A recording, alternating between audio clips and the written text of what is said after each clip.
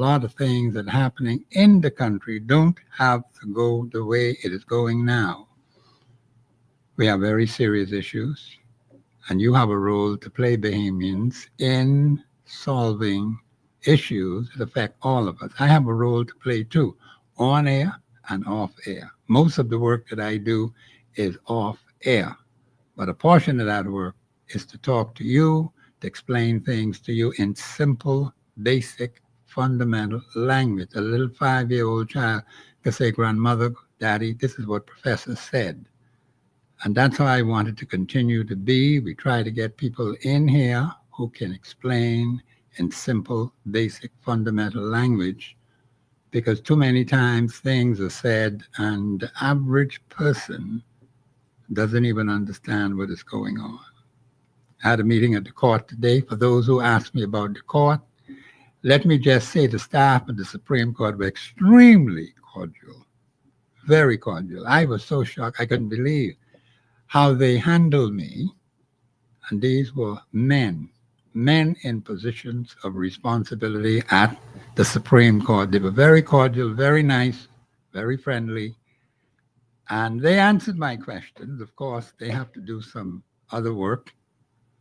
We will get the answers to those things. But I did ask some questions, and they were very helpful. They gave me some information that they have on file. And of course, we're going to be looking at that, and we will get some answers to what it is that I have asked them about. So Bahamians, it may sometimes look like the system is not working. And sometimes we get frustrated, but it's the staff, just like I spoke about, and I told one of the gentlemen right there at the Supreme Court, the people at the House of Assembly, they've been doing a good work for years. When that phone ring once, they answer the phone. They don't ring 10 and 15 times before they answer the phone. I hope they're still doing it now. I can't speak for the Department of Registration where they have voter registration.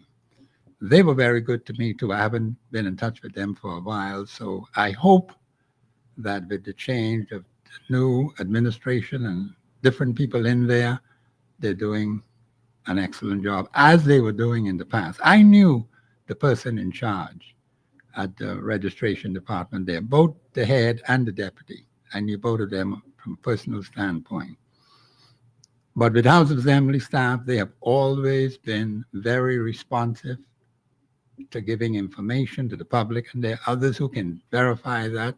My good friend Cartwright, who comes there on Thursdays and Fridays, he can verify that to you. He always gets excellent information. That is why we're able to report to you when we have clear-cut information that is accurate, that is precise, we can work. Now, of course, our special guest today is Dr. Hamilton from Civil Society Bahamas. We have him here. They're having a meeting this coming Friday. We have him here to explain some very specific questions that I and Mr. Hyler will ask him in relation to Civil Society Bahamas. They are the apex body in the country, and they have contacts that a lot of us don't even have.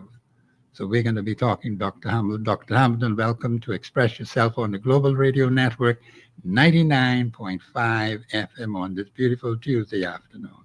Good afternoon, Professor Thompson and Mr. Hyler. Good to be here. Yes, good afternoon. Good afternoon, Bahamas. This is going to be a very important and pivotal conversation today. And we're going to hear from Dr. Hamilton more about what they are embarking upon, like we said, on Friday of this week, this coming Friday. This coming Friday. Let's get right into it. Dr. Hamilton, once again, welcome. But tell us what you plan, what civil society plans for this coming Friday. What is this meeting all about? Excellent. Good afternoon, Bahamas and the world, I would say. Yes. Civil Society Bahamas, which is the apex body for the civil society sector of the Commonwealth of the Bahamas. Also, with regard to regional responsibility, we are part of the Caribbean Policy Development Center, which is the apex body for the Caribbean with regard to civil society sector. We also have international relations. We are not only on the board of the Caribbean Policy Development Center, but we have representation with the Bahamian American Association of New York as well. And with respect to Friday will be the second quarterly membership meeting for Civil Society Bahamas. We had a prior meeting. As a result of that prior meeting, we are following through to make sure that we reflect on the past, give consideration to the current experiences with the view of making sure that we have a healthy future. That being said, the primary responsibility of Civil Society Bahamas as the apex body is to ensure that the improved quality of life for the citizenry and residents of the Commonwealth of the Bahamas. And so we engage in all aspects, the public sector, private sector, with regard to ensuring that we are always on the cutting edge with regard to making that representation on behalf of the citizenry and residents of the Commonwealth of the Bahamas. Okay, so with this representation now, civil society represents the people of the Bahamas. Who do you present yourselves, the issues of the Bahamian people? Tell us who you discuss these issues with. Is it with the government only? Is it with Caribbean leaders? How are you carrying out your mission? Excellent. One of the things we'd say right off the bat is the fact that for the past 20 years, Civil Society Bahamas will be celebrating an anniversary on the 7th of July, which is in the same vein of our independence. Yeah. So the month of July is going to be pretty active in that regard. Okay. The membership quarterly meeting that's being held on this coming Friday is a part of this exercise. So we've been very specific in the first quarterly meeting, likewise in the second, and the subsequent meetings we'll be taking a look at this further. With regard to the engagement, Civil Society Bahamas engages with all government agencies, government ministries, departments, and agencies, and also the private sector. In the articles and memorandum of association for Civil Society Bahamas, we have other agencies such as the Christian Council, the Chamber of Commerce, all the umbrella labor unions, and the University of the Bahamas. Okay, slow down right there now, Professor. We need to underscore that, what you just said. So in terms of the makeup of civil society, you're saying that all of the umbrella unions That's correct. are members of civil society. Exactly. And I took you to the membership, the articles and memorandum of articles. Yes. One of the things we, as a matter of fact, on Friday, you're going to hear some of this coming forward because we're going to feature, there's a panel of presenters that we featured on Friday evening. We have Mr. Prescott Smith out of Andros, which will be addressing natural resources. We have Ms. Rosalie Fox, the daughter of the late Sir Randall Fox, who will be speaking with regard to her father's legacy. We also have Mr. Maycock from Mott 2, who's going to be speaking with regard to men and boys. That's an organization, an NGO that addresses the development and mentoring with regard to young boys and men. And finally, we're going to have our Vice President, Madam Marilyn Zornico, former retired ambassador with regard to the Ministry of Foreign Affairs in the Commonwealth of the Bahamas, who's going to be making representation with regard to the late Bishop Joseph Zornico, her father, who was also integrally involved with the labor movement. He's a very unsung hero. And as we indicated with regard to the improved quality of life for the citizenry and residents, there are many unsung heroes in the midst of this, and we're seeking to bring that to the fore. So she has an opportunity to make that representation. You will learn some very interesting things. In the first session, we had former directors, as a matter of fact, some of the original directors of Civil Society Bahamas making representation. We had persons like Mr. Freddie Munnings, who was the second president of Civil Society Bahamas. He succeeded Mr. Reginald Lebowski, who was the first president. We also had Mr. Terry Miller, who was the third president of Civil Society Bahamas. We had persons like Mr. John Pinder, who is a former director of Civil Society Bahamas in the early stages of it. So we have a number of persons that will have made representation at that juncture, and we will continue to do that throughout the remainder of the quarterly meetings as a means of re-engaging persons that would have been active to the forefront. Again, with the view of they would have been making representation with regard to the quality of life of Bahamians. And you notice that when we speak of Civil Society Bahamas, generally speaking, when we hear this in the public sphere, coming from the government is a different kind of representation. When it comes from civil society sector at large, It's speaking about the quality of life with regard to every citizen and resident of the Commonwealth of the Bahamas, recognizing delegated authority. And I want to clarify something in respect to when I speak about hearing from the government, because oftentimes the primary pillar and objective of civil society Bahamas is inclusion and consultation. And oftentimes when we hear representation made in the public space, it is not a true reflection of proper inclusion and consultation. Okay. That's a very important thing to recognize. We've made that same observation. Yes, we have. So let's, We Professor, certainly have, yeah. Professor, we've heard this word consultation a lot Yes. lately. Yes. So civil society also seeks to be inclusive of others. Yes. So we're talking about all sectors of society, Absolutely. and you're consulting with these various sectors also. Absolutely. Okay. So with that being said, now civil society is gathering the hopes and aspirations of the people of the Bahamas. So you're actually a mediator Absolutely. between the people and the government of the Bahamas. I'll add something to that. Mhm. Not only are we mediators, we are advocates. Okay. Advocates, mediators, and Mhm. administrators with regard to that relationship of the citizenry and residents with Okay. regard to the good governance of the Commonwealth of the Bahamas.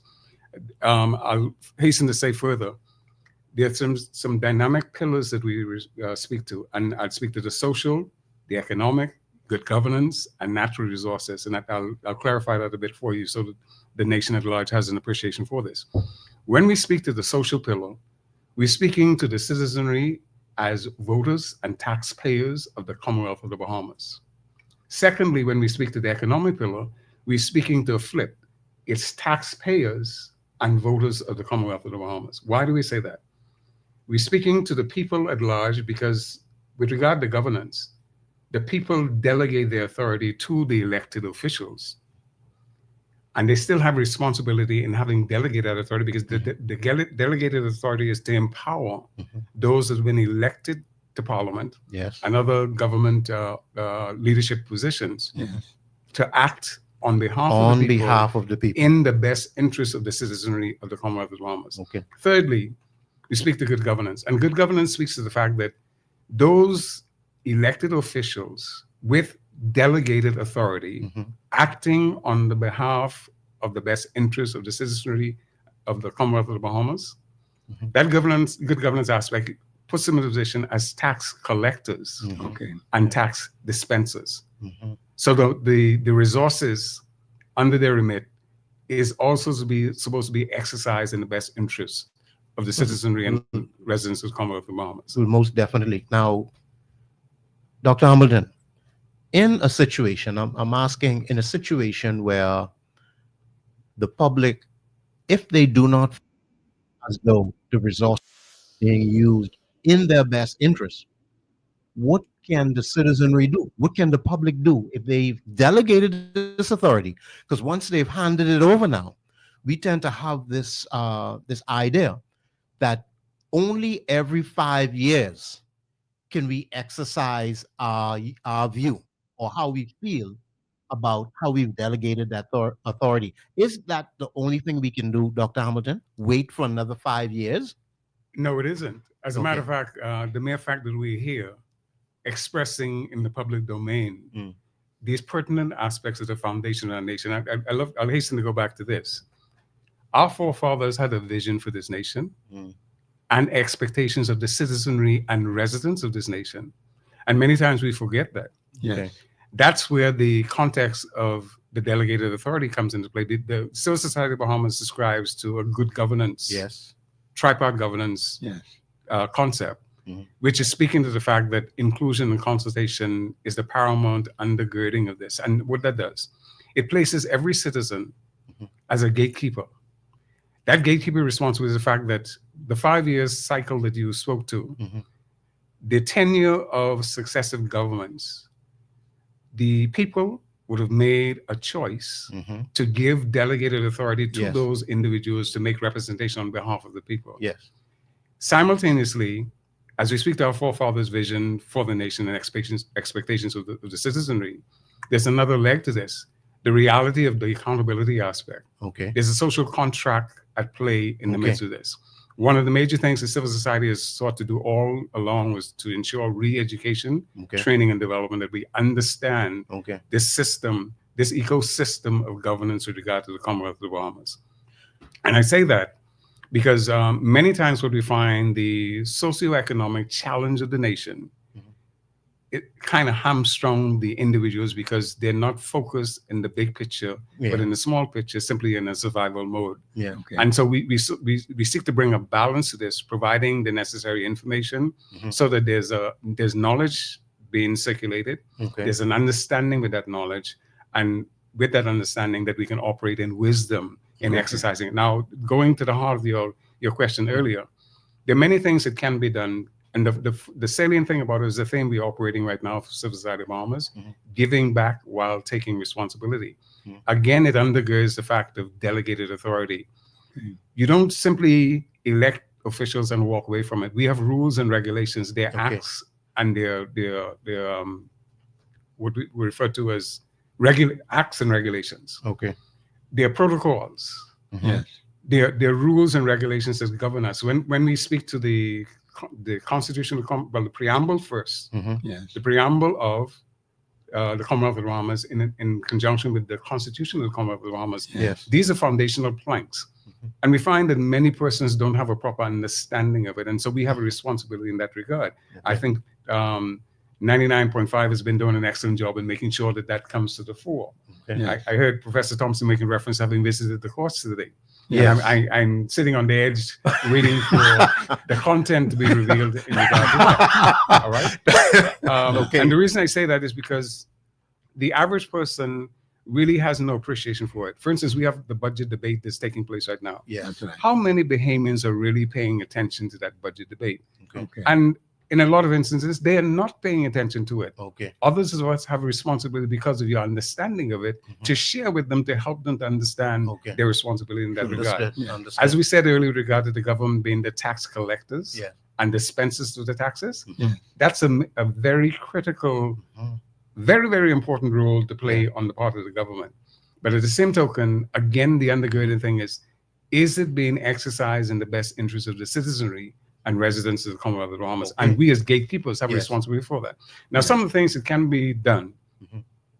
we have various ministries, Mhm. we have various departments, we have Yes. various government agencies, we also have the private sector. Yes. And the private sector in particular regard to being entrepreneurs, because they're moving the economy, Yes. Okay. all right? Yeah. They're the artisans and Mhm. all the likes with regard to moving this economy. Yes. But again, we are participating. So that's an area, all the small business operators, Mhm. they have an opportunity to participate in that way. And I'm saying that because they need to be gatekeepers in that respective area. Okay. When things are being breached, Yes. when things are not favorable with regard to the best interests of the citizenry, Yes. they have a right to speak up. Right. They're paying taxes. They have a right to ensure that the services that are being rendered is efficient and effective. This speaks to government ministries, it speaks to government departments, it speaks to government agencies, it speaks to the private sector. And one of the things we've heard a lot about in recent times is the quality of doing business Yes. in the Commonwealth of the Bahamas. And every citizen has a right. You go to the store, you exchange your funds for goods, the quality of service, Right. and that's a challenge across the nation that we're experiencing. I heard Professor giving kudos to, and I always try to do that. Okay. Whenever we have those positive experiences, we ought to do it because it's reinforcement. Yes. Likewise, when we're having the negative experiences, you ought to speak up about it likewise. Exactly. Not only speaking up to it, but making recommendations that are appropriate to make corrective action. Well, hold Yes. on right there. We need you to repeat that because you said more than a mouthful right there, Dr. Yes, I did. Hamilton. Yes. Dr. Hamilton, you said we ought to speak up when we have positive experiences Yes. and give appreciation where it's due. Positive. Yes. That's And correct. also, when we have negative or bad experiences, we need to speak up concerning that also. Yes. I paused you there because for quite some time, the professor, I myself, we've been making the observation that that is not happening nationwide. Yes. We do not have a strong speaking up, whether it's for the good or for the bad. We are generally silent and we are very tolerant. We allow a lot to happen, Yes. even while we are hurting. Right now, the Bahamian public, I dare say, the majority of the Bahamian public, we are in difficult circumstances. We are in painful circumstances. And I want to place that against the backdrop of this. There are challenges worldwide, but Dr. Hamilton, there's a lot of money flowing, because money is a lot of what the problems that we're facing. A lot of them are financially related, and money is flowing. Very, but very it's not interesting. flowing to the small man. Yeah, very interesting that you go in that direction, because I've been convinced for a long time that there are three primary resources: time, money, and relationships. Yes. Now, what you said just now, there's a timing for this too, because there's a season for everything to happen. We recognize that Yes. there's an ebb and a flow. All right. As you speak to the money factor, this is again where we as citizens have a responsibility, because each of us have a voice. And I'm convinced, as a matter of fact, I was just sharing with my wife recently, the most powerful thing that God has done for all of us is given us choice. Yes, he did. Now, how do you exercise your choice is most critical. I've also said, nobody can make you do anything. Okay. You always choose to do. But, Dr. Hamilton, Yes, go ahead. just go with that a little bit slowly, because I don't think that is resonating with the Bahamian people. That exact wording you just said, I'd ask you to repeat that again, please. Yes, nobody can make you do anything. You always choose to do that. Circumstances, situations prevailing, but you always have the authority to choose in the midst of it. There's a price. There is a price always with regard to choices that you make. Of course. If you make good choices, you're rewarded. You make bad choices, you are penalized for it. Yes. You pay. You either generate positive returns or you engender negative returns. Yes. And I think the thing we need to do is find a balance, recognizing that this is why re-education training and development is so important, because we need quality information. I often said that when decisions are made, the quality of that decision is predicated on the quality of information you have to make that decision. If you have poor information, you will make poor decisions. Right. If you have quality information, you will make quality decisions. Dr. Hamilton, let me insert right there. What about the situation where you have no information? Let me expand just a little.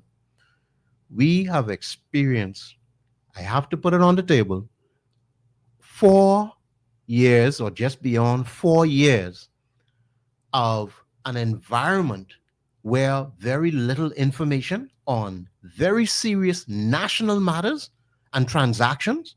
We've seen a pattern of secrecy rather than information, and it put the public in a bad position, not knowing how to decide, how to feel. And I'll end this comment right here by saying the unions, major unions, have come forward into the newspaper, into the media, and said, we are being kept in the dark. Yes. What do you do when information is being withheld from you by the persons that you've delegated authority to lead the nation? Well, very interesting. And there's several ways I can approach this, but I'll say this. We in an environment and atmosphere the world over with regard to access to information. All right, and I'm well with what you bringing forward. The Bahamas is a very small place, and I've been privileged to travel. Yes, sir. But I truly appreciate that we are a very unique nation, and one of the things that's really damaging us is silos.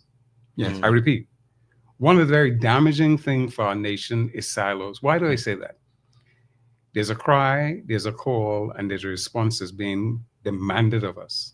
The cry is, even as you expressed that, whatever the need is in the country, consider that to be a cry. Okay. It's a lot of crying going on, Dr. Hamilton. Fine. Okay. Now, we must take responsibility for it. Remember we said about the delegated authority? Yeah. We give authority, Yes. and we're supposed to be guardians of that authority, likewise as gatekeepers. Yes. Okay. Now what we're talking about, I spoke to the silo aspect of it because the answers are with us. Professor Thompson, Mr. Dwayne Hyler, Dr. Anthony Hamilton, we have answers. Yes, we do. Okay. What needs to happen, as we spoke to inclusion and consultation, that's the key to it. Now, coming back to the fact of information being withheld, it's a very small nation, trust me. Information that may be said to be withheld, there's access to that information. Remember what we said about the primary resources? Okay. Time, money, and relationships. Yes. Why do I say that? There's a timing for everything to come to fore. We're in a season right now the political season. Mhm. We have a lot of things actually coming forward. Okay. There's a timing. Okay. The finance aspect of this is value added that we're speaking to. Okay. And you being called upon right now within the season as you would monitor the environment and the atmosphere, that you're being approached, communication is taking place. Yes. One of the things about this, and in the civil society sector, it is happening across the spectrum. One of the things that's really important with regard to the sector is that we need to break the silos. There are numerous NGOs. We have 1,500 NGOs in the country. Okay. Properly organize, manage, we'll be very successful in breaking a lot of these silos Okay. and providing answers that you have need of. Every one of us as citizens and residents of the Commonwealth of Bahamas. But you realize it begins with each of us as individuals? Yes, sir. There's some doors that Professor Thompson can walk through. I may not be able to walk through that door. That is possible. But when Professor Thompson has walked through that door, Professor Thompson must be in a position and prepared to share information that he would have gotten from that door. I agree. All right? When Mr. Dwayne Hyler walks through the door, the professor, nor Dr. Hamilton, was able to walk through and have access. Mr. Dwayne Hyler must be prepared to share that information. What am I saying? I've been privileged to sit in many spaces, and that has provided me with quality information to make quality decisions. Okay. And I'm obligated to share that, which we're doing today. Okay. All right?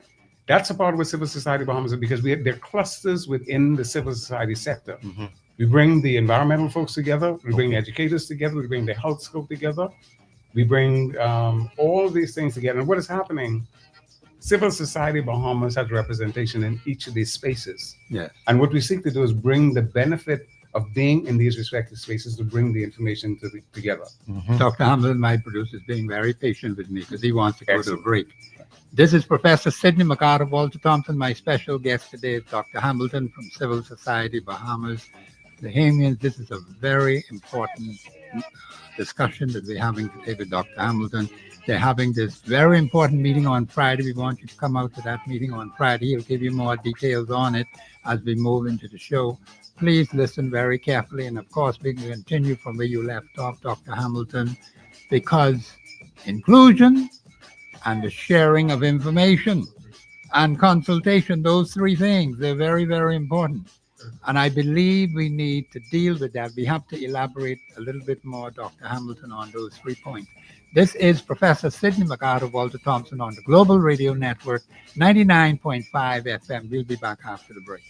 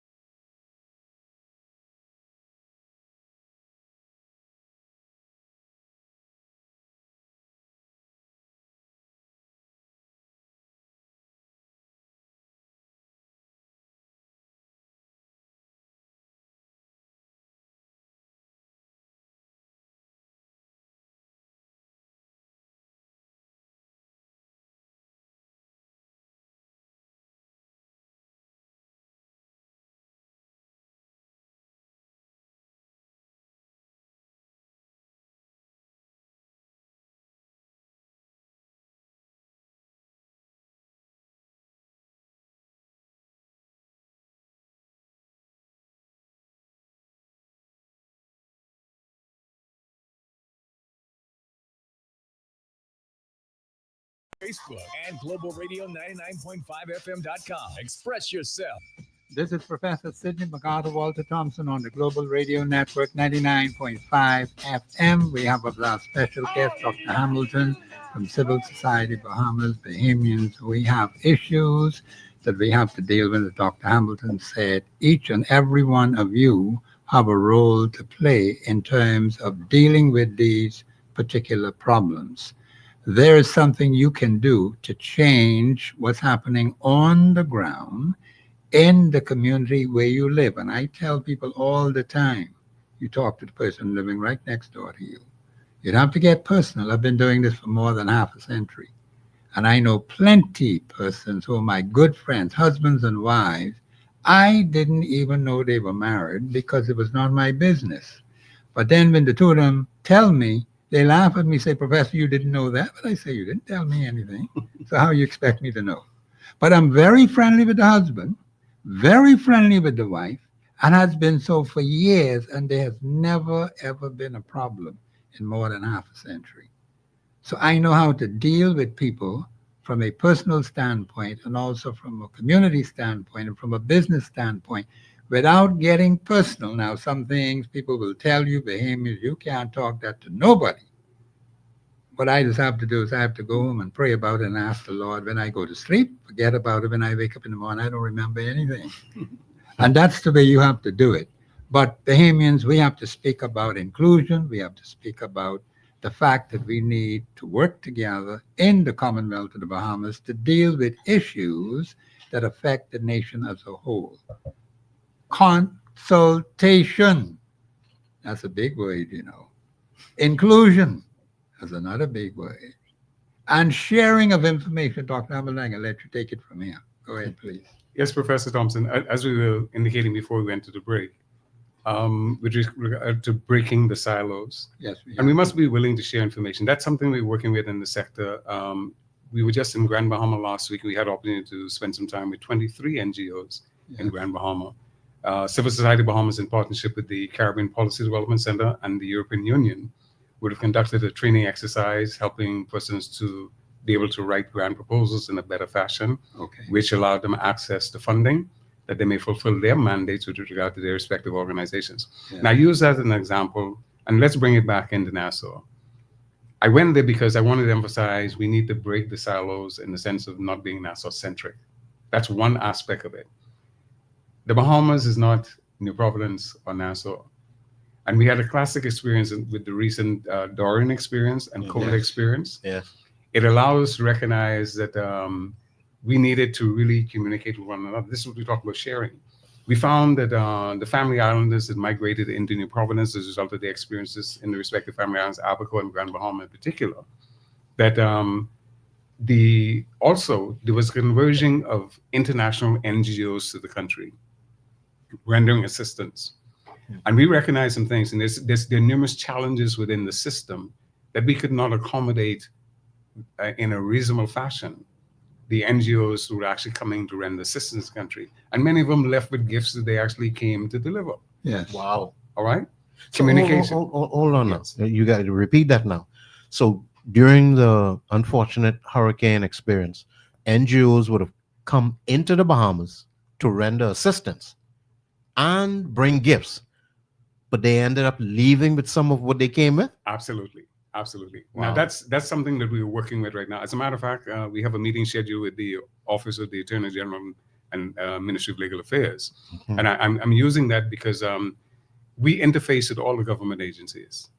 The Ministry of Education, we would participate in regard to the recent National High School Diploma Commission. We with social services, with the Ministry of Health, various committees lending assistance. We have several standing committees within Civil Society Bahamas, 10 of them to be exact. Tell us about those, your organizational structure. Tell us about those committees.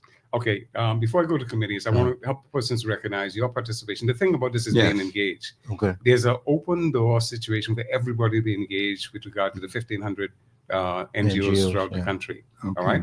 We have a very dynamic mixture of NGOs in the country. We have the very large ones, the medium ones, the small ones, the very small ones, the mom and pops. All right. So you have opportunity to participate. as Professor Thompson was speaking about his neighborhood experience, Yes, I you get was. many NGOs right within the community, Okay. right at your doorstep. Yes. And all you need to do is get engaged with them. This is Okay. a part of breaking the silos, allowing it to flow. Okay. Now, as we speak to the committees, the organization is made up of NGOs, individuals, and students. Allow me, Dr. Hamilton, just to make sure everybody understands. With NGOs, we're talking about non-governmental Governmental organizations. Yes. So we're talking about non-profits, the majority, Yes, almost all virtually, non-profit organizations that are nation building. absolutely. They're not government, they're not based on government, but these are organizations that are established by the citizens, local, and there are some that are international. There are foreigners that have come, expats that are Yes. here, Yes, formed non-governmental organizations, but they're building the country absolutely. in various ways. Yes, Absolutely. good. You, you're quite right about that. Now, just to step back a bit, Mhm. non-governmental organizations, NGOs, Mhm. is used simultaneously with CSOs, civil Civil society, society organizations. organization. All right? Okay. Yeah. And we say that because the non-governmental seem to have a negative ring. And we try to get away from that non-governmental. Interesting. Okay. All right? Yeah. Civil society organizations, because Yes. these are all, remember we said that the bedrock of this is a citizenry. Yes. Citizenry, yes. One of the indeed. things we often say in the sector very consistently is the fact that people are the most important assets Mhm. and investments of the Commonwealth of the Bahamas. Mhm. Why? Yes, they are. Nothing happens without the people. Right. Okay. Government doesn't happen without the people. Mhm. Businesses Understood. don't happen without the people. Right. Nothing happens without the people. Yeah. That's correct. So it's important to recognize that this is your most critical asset Mhm. and your most critical investment. The asset being you need people to generate everything else that's actually happening. That's right. The investment aspect it is we must invest in our people. Yes. Yeah. All right. Yeah. We must ensure that they're facilitated with an environment and atmosphere and Yes. opportunities Right. to improve themselves. And grow. Yes. exactly. Yeah. And then we can engage them straight across the spectrum Right. with regard to the ecosystem of the country. Okay. All right. That begs the question too with regard to an agreed national development plan. Okay. All right. I thought I'd put that in there Yeah, to bring an undergirding aspect of this, recognizing how critical it is for the Yes. forward movement of the nation. Okay. All right. With regard to the NGOs in particular, as we spoke to those challenges, we're seeking to ensure that while one NGO may be trying to do 1 million things, Mhm. to encourage them to do 5, you're better at 5 than you are at 1 million. That's a good right. one. And Yeah. oftentimes what's happening in the sector, we're overlapping because Mary down the road is doing an NGO, Susie up east is doing an NGO of the same mandate. Nature and mandate. Yes. Okay. But if they Yeah. pool their resources, they would have a Okay. better bang for the buck. Very So good. when we Yeah. look at an organization like FOAM, we look at Great Commission, Mhm. you look at ORG, you look Yes. at One Luthra, Okay. you know, these are all across the spectrum Right. addressing different But things. these are part of the makeup of civil society. Absolutely All it of these is. various Yes. organizations. Absolutely. The Red Cross, Yeah. Yes. all right, the Rotary, Yes. Toastmasters, all these are NGOs. Yes, sir. Dr. Hamilton, your organization is bigger than the government, man. No, No. The reality of it is, It's a lot of organizations. yeah, Yes. but let's understand this. There's no government without the people. Understood. There are no organizations without the people. Yes. The most salient thing here is having broken the silos that we can work together to Mhm. ensure that the best interest of the citizenry Yes. and residents is served at Okay. optimum. I have Let me a- interject this Doctor- point. Go Dr. ahead, Hamilton, go ahead. he has said this so many Yes, times. yes. The best interest of the people of the Commonwealth of the Bahamas. Yes. I've heard him repeat that more often since he started to speak today than ever before. Okay. Dr. Hamilton, Mhm. would you explain what is it that is in the best interest of the Bahamian people? Because I've heard that many times. But the point is, I'm not sure whether the people understand what you mean when you say that. What is in the best interest of the Bahamian people? Because Excellent. everything seems to be undergirded by that. I've heard you repeat that so many times, it sticks out in my head as you were talking. I'm glad it did, because what we're speaking to is the quality of life for every citizen of the Commonwealth of the Bahamas. Whether you're in Baintown, whether you're in Adelaide, Yeah. whether you're in Fox Hill, whether you're in Yamacraw, whether you're behind the gates in Laifiki, Mhm. as a citizen of the Commonwealth of the Bahamas, nothing should be spared with regard to the quality of life that you're experiencing. Yes, sir. in a very practical sense, and I say this because we want to make this holistic, we want to make it practical, but we also make it relevant. That's why we have rules and regulations. That's why we have acts and regulations. That's why we have the law. Yes. The rule of law is very paramount in the midst of this. And what are we speaking to? Their systems, the ecosystems of governance, whether it be the Ministry of Education, whether it be the Ministry of Finance, whether it be the Department of Immigration, straight across the board, the policies, the protocols, the decision-making process is to ensure that the quality of life for every citizen is improved, sustained in a quality manner. Yes. Whether you're in Acklands, whether you're in Megona, whether you're in Inagua, whether you're in Grand Bahama, whether you're in Abaca, whether you're in Exuma, Right. whether you're in New Providence. There should be no difference with regard to the quality of life for you as a citizen of the Commonwealth of Bahamas. What this speaks to is excellent management of our resources. Okay. And here goes the responsibility of every citizen, because we have a responsibility to recognize that you have something to make a contribution to the well-being of this nation at large. Where do politicians come from? They come from us. It comes from the citizenry. Right. And in the civil society sector, we always seek to remind them the fact that you're there now, but you will return to the society. Yes. Maybe sooner than they think. So then, They will. Yeah. what we're supposed to be doing is ensuring that we're making policy decisions. Yes. We're making decisions, generally speaking, in the Yes. best interest of citizenry at Right. large. Yes. Right. That is correct. So the paramount thing with regard to the improved quality of life is that we're making decisions, managing our resources to ensure that, and this demands communication. All right. It demands listening. It demands, in business, we seek to planning, we organize, we implement, but we evaluate. Yes. And we need to teach our people this. Our people need to have a greater accountability on their part to recognize that when we delegate authority, we must not simply throw it to the wind. That's Yeah. true. We must pay attention. Yes, sir. So that we Yeah. recognize this is where standards are created. Yes. This is where rules and regulations are created. Because what we're doing, we're seeking to have accountability. If there's a breach, there must be some accountability for the breach. If we Yes, have sir. targets and we missed them, we must understand why we missed it and how we can correct those actions. Right. Yes. When we pay our taxes, we want to make sure that when the taxes are collected, the taxes are going for value added. Yeah. It must Exactly. be that when the funds are spent, we're spending these funds to ensure that our health system is improved, Yes. our educational system is improved, Right. our border is properly protected. Right. These are some Now- of the critical things that we need to be paying attention to. Now, Dr. Hamilton, every area that you just highlighted, in my view, I mean, I know the public has their own view.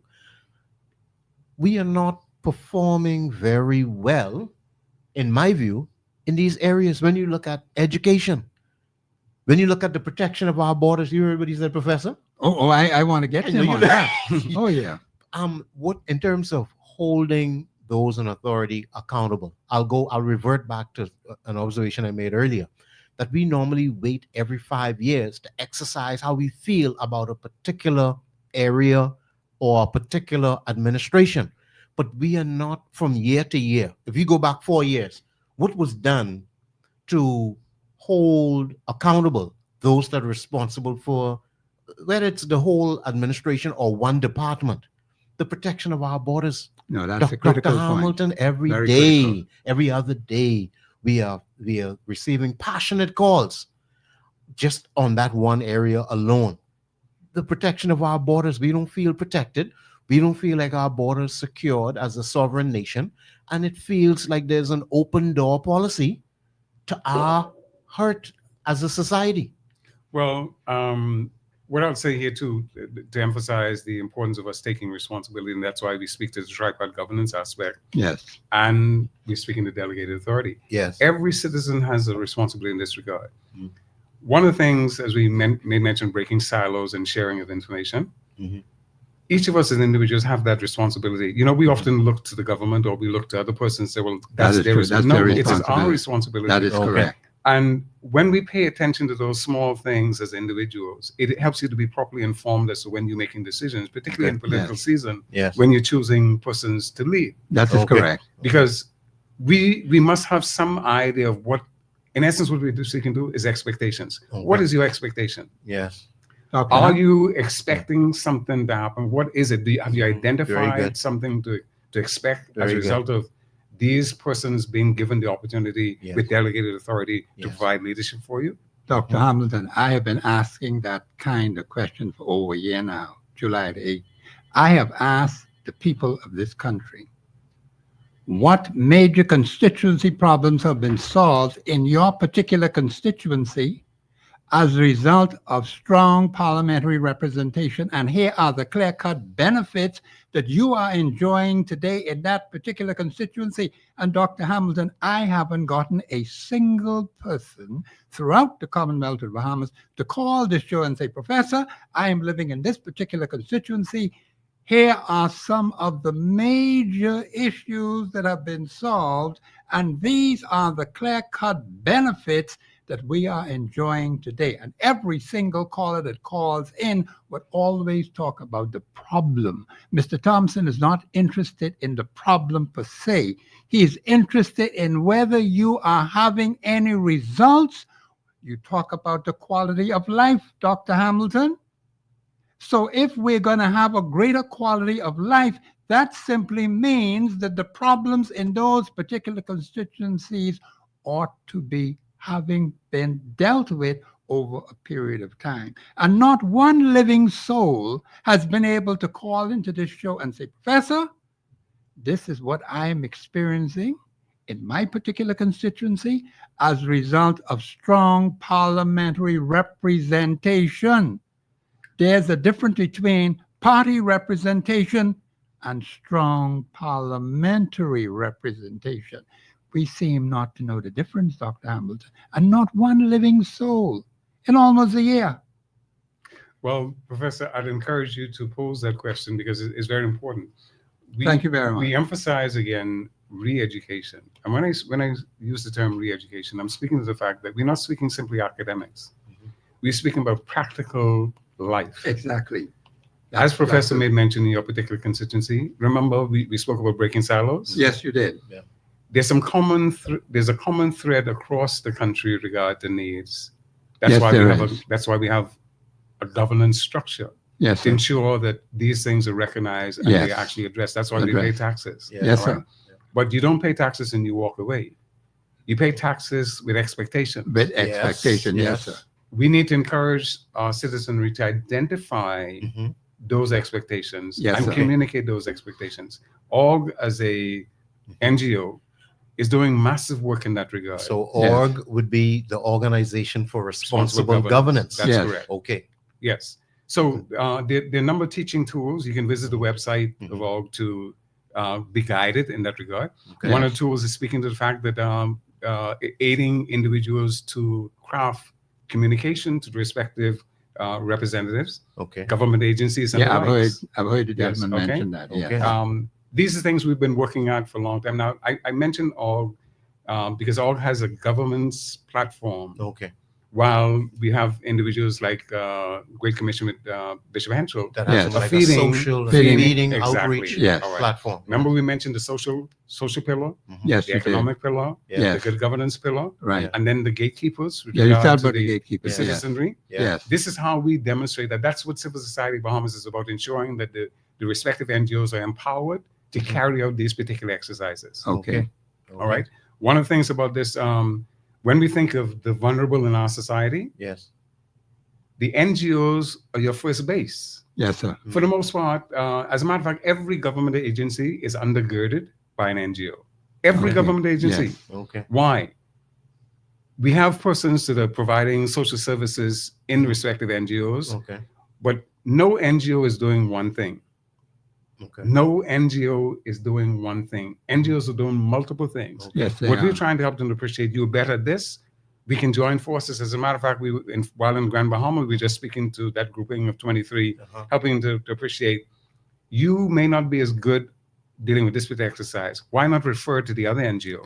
Okay. All right. This is how we strengthen the fabric of our society. Okay. And there's a tapestry running straight across the country in that regard Right. that we need to reinforce Yes. because the tapestry has holes in it and we Yeah. need to repair it. This Yes, is how yeah, I we agree do with that. you. I agree. This is done. There's a concept with regard to the Great Commission. Mhm. I spoke about to Great Commission as an entity just now, Oh, Bishop okay. Ansel. Okay. But I want to share a concept with regard to this. It begins with the individual. Yes, sir. As each individual takes stock introspectively of himself. Mhm. He recognizes that I have this weakness, I have this strength. Yes. But this is an exercise that each of us as citizens need to do. Okay. I recognize my strength, I recognize my weakness, but I also recognize Professor Thompson has that particular strength. This can help to address and mitigate my weakness. Yes. So why not partner with him? This is what Exactly. we're speaking to the NGOs. Yes. You are good at this particular thing. The other one is not so good about it. Why don't we partner with them to do it? As a matter of Exactly. fact, generally speaking, if the NGOs came together strategically, Mhm. we can all pursue a grant that would address every one of the NGOs. Okay. But we can Okay. break it down in bite sizes. Okay. Those who are in the social space, those who are in the economic space, those who are in the governance space, Mhm. we partner together Mhm. and we pursue it. Yes. This also helps by way of civil society Bahamas as a regional representative and an international representative. Why? Okay. Because it's an arrowhead situation for civil society Bahamas. We can penetrate, Mhm. have access, Yes. and bring you along in the process. Excellent. Okay. That's All right? Excellent. This is how we build a nation. Really, Right. the country is surviving with regard to the contributions of NGOs unawares. Okay, so what you're saying is there are contributions. I just wanted you to repeat that. There are contributions of NGOs or non-governmental organizations that the general public is unaware of, Absolutely. but they're strengthening the community. And they were receiving the help, but the socioeconomic challenge is so great Yes. that many persons are simply getting their need met. Mhm. And as a matter of fact, on a daily basis, this is happening. Yes. I want to bring to play, as I mentioned, the Great Commission aspect, moving from the individual, we move to family. Okay. There are many families that are not operating the way that they ought to operate. Okay. Given the fact that we have single parents and the likes, whether it's Yeah. a single parent as a male or a single parent as a female, Yes. Amen. Mhm. that's a fractured situation. Okay. Yes, it is. And we need to provide some help. So as we move from the individual, move to the family, the next rung of that is the faith-based community. Okay. The next level is the national situation with regard to governance. Yes. Okay. The third level is regional. The next level rather up is Uh-huh. regional. Regional. And Yeah. then we go to the international community. Now, one of the things in the civil society sector that a lot of folks aren't really abreast of is the fact that international treaties and conventions play a great part of the structure for NGOs, the NGO community. Dr. Hamilton, I got to stop you right there because I want to comment on that as well. I hear the music in the background, so my producer, he's being very patient with me. This is Professor Sidney McArthur, Walter Thompson. In fact, with those things that you just mentioned, the Bahamian people have no knowledge of those things. We have the government of Bahamas signing a whole lot of arrangements, treaties and conventions, and I haven't even had the opportunity to even talk about them on this show. That treaty between the Bahamas and the United States, that treaty between the Bahamas and China. Those things are very important, as you said, Dr. Hamilton, but we have to be able to get the information to the public. That the woman in Baintown with those 5 boys and the man in Fox Hill looking for sons-in-law for his daughters. He still ain't find them yet. That's what he told me. So we got to work on that too, Dr. Hamilton. We got to help those girls in Fox Hill. This is Professor Sidney McArthur, Walter Thompson on the Global Radio Network, 99.5 FM. We'll be back after the break.